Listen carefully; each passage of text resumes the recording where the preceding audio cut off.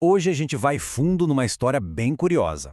Como um filme de terror com pouquíssima grana, lá de 2012, chamado A Entidade, ou Sinister no original, conseguiu um título que muito filme famoso por aí queria ter: o de filme mais assustador de todos os tempos, com base na ciência. Para começar, vamos com a pergunta de US$ 1 milhão, que parece até impossível de responder, né? Mas olha só que interessante. Em 2020, um estudo resolveu encarar esse desafio. E o resultado, bom, ele foi uma surpresa e tanto para muita gente. Coroou justamente esse filme de 2012, de orçamento baixo, passando por cima de décadas e décadas de clássicos do terror. Então fica a pergunta: como é que esse filme conseguiu essa proeza? E o que essa tal pesquisa científica quer dizer na prática? A sacada do estudo foi justamente como eles mediram o medo. Em vez de perguntar a opinião das pessoas, eles foram direto na fonte, na resposta do corpo, monitorando os batimentos cardíacos da galera enquanto assistiam aos filmes. E foi isso.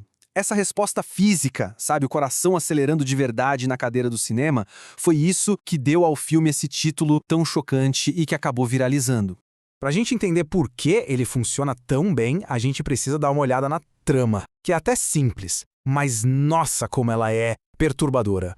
O centro de tudo é a descoberta de uma caixa com uns filmes antigos, os tais snuff films, aquelas gravações que supostamente mostram mortes de verdade. Isso mexe com um medo muito básico, o medo de testemunhar algo terrível, algo que a gente não deveria ver. E a curiosidade do personagem acaba nos arrastando junto para esse pesadelo.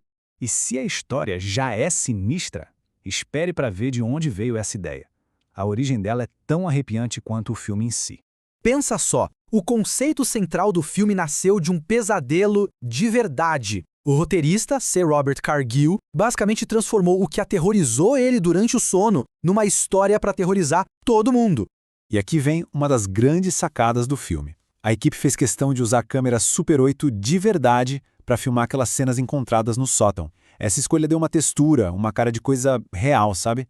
Faz parecer que são umas fitas amaldiçoadas que qualquer um de nós poderia achar num porão esquecido.